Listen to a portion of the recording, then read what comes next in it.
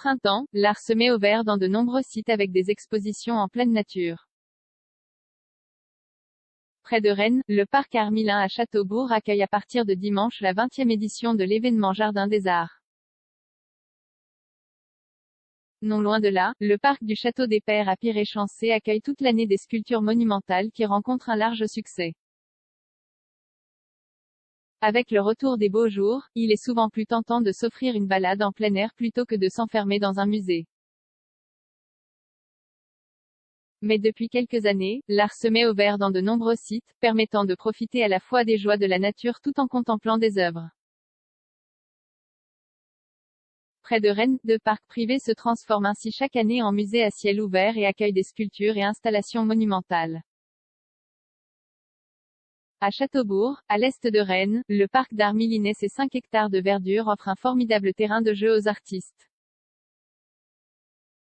Propriété des Burel, une famille d'industriels qui gère aussi l'hôtel-restaurant Armilin, le Moulin en breton, à l'entrée du parc, il accueille depuis 20 ans Jardin des Arts.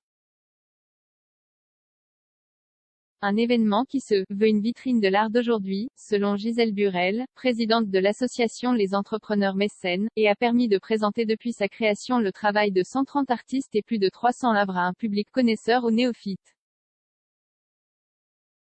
Le Land Art au l'art d'utiliser la nature pour constituer l'œuvre pour sa 20e édition, qui s'ouvre ce dimanche, Jardin des Arts a choisi de s'intéresser au Land Art, un courant artistique contemporain utilisant la nature pour constituer l'œuvre ou laissant l'œuvre dans la nature jusqu'à sa destruction.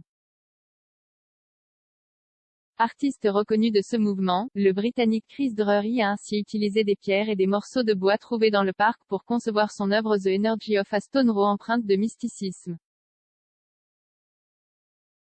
C'est le contexte d'un endroit qui va déterminer la façon dont je vais traiter une œuvre, assure-t-il. Dans cet écrin de verdure magnifique, René Gross a quant à lui installé d'étranges structures formées d'éléments en bois autour des arbres centenaires qui peuplent le parc. Interrogé sur le sens de son œuvre, l'artiste allemand préfère beauté en touche. Je laisse la libre interprétation aux visiteurs, indique-t-il. En se baladant dans le parc, certains visiteurs ne la verront peut-être même pas. D'autres seront émerveillés ou trouveront que ça dénature la nature. L'artiste peut donner des clés mais c'est au public d'ouvrir les portes. Plus de 60 000 visiteurs chaque année au parc du Château des Pairs à Piré-Chancé, à une quinzaine de kilomètres de Châteaubourg. Le parc du Château des Pairs, qui s'étend sur 31 hectares, propose aussi une collection de sculptures monumentales ouvertes gratuitement toute l'année.